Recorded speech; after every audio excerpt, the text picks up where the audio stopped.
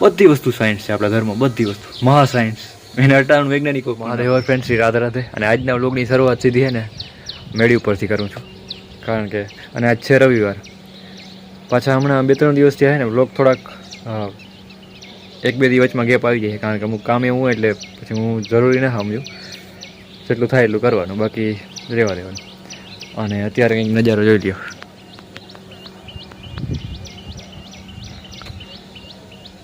સૂર્યનારાયણ નીકળી રહ્યા છે, પ્રકૃતિ એના સ્વરૂપમાં ખીલી રહી છે અને જીવન આગળ આવી રીતના વધી રહ્યું છે. જીવન અને મૃત્યુ. જીવન અને મૃત્યુ મહાદેવના બે પાસા છે, જીવન અને મૃત્યુ. શિવની ખબર છે, ત્રીજી એક તો છે જ, પણ અત્યારે તમિલનાડુ ની બાજુમાં એક એવી મૂર્તિ જોવા મળે છે ભગવાનની, ટૂંકમાં દક્ષિણ સાઈડ. એ લોકો બહુ શિવ આધ્યાત્મવાદી બહુ, તો એમાં છે ને ભગવાન શિવની એક આંખ બંધ હોય, એક ખુલ્લી હોય. એટલે એ કહેવાનું પ્રતીક છે કે જે તમને દેખાઈ રહ્યું છે એ પણ સત્ય છે, અને એક આંખ બંધ છે, અંધારું છે, એ પણ સત્ય છે. બેયનો તાલમેલ રાખીને હાલવું એટલે સંતુલન. શિવ તત્વ જ આખું સંતુલન છે. જોકે શિવ તત્વ તો બધું છે, પણ શિવ તત્વ મુખ્ય જે છે, શિવ ભગવાન, એ સંતુલનનું પ્રતીક છે. એટલે કે આ ક્યારે પણ ગમે તે નષ્ટ થઈ શકે, કારણ કે તમારો દેહ પૂરો થઈ ગયો એટલે તમારું આ જીવનની યાત્રા પૂરી. પછી એવું નથી, પછી 3 તત્વ વધે, એ તારી જ.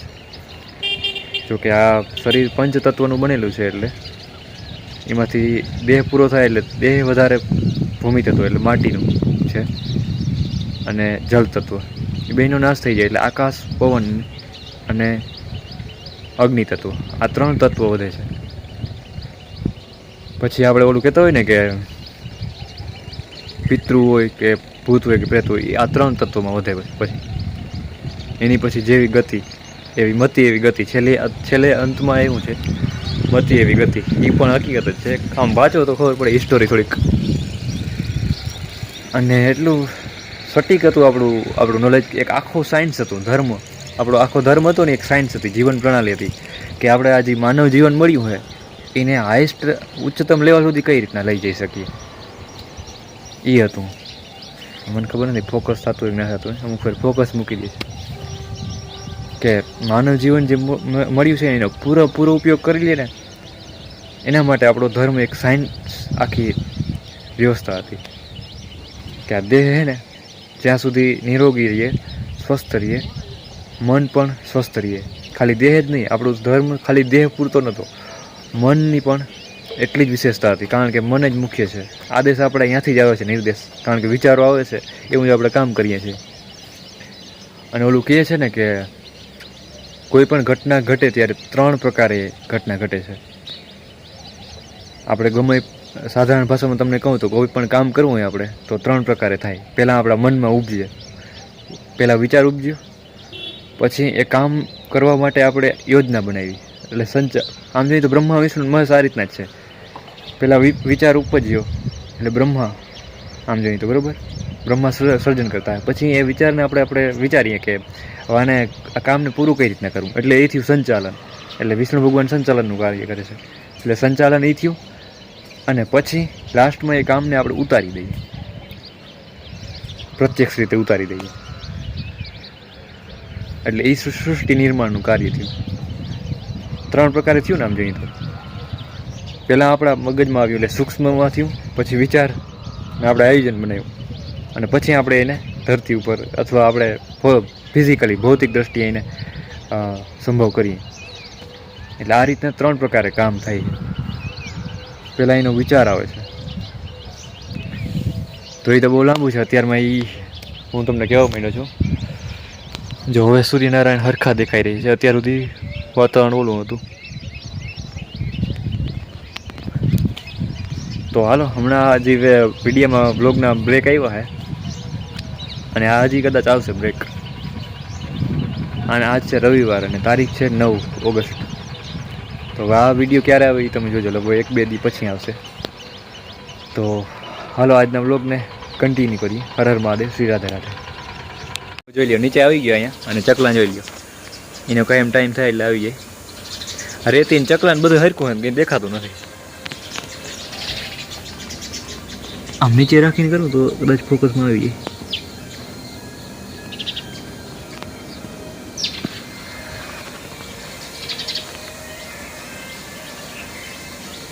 હા બેસી જા.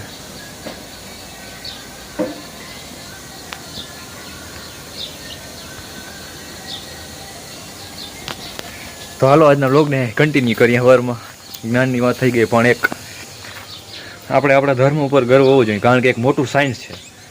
એને સમજાવવા માટે કંઈક વિડીયો અલગ બનાવતો થાય.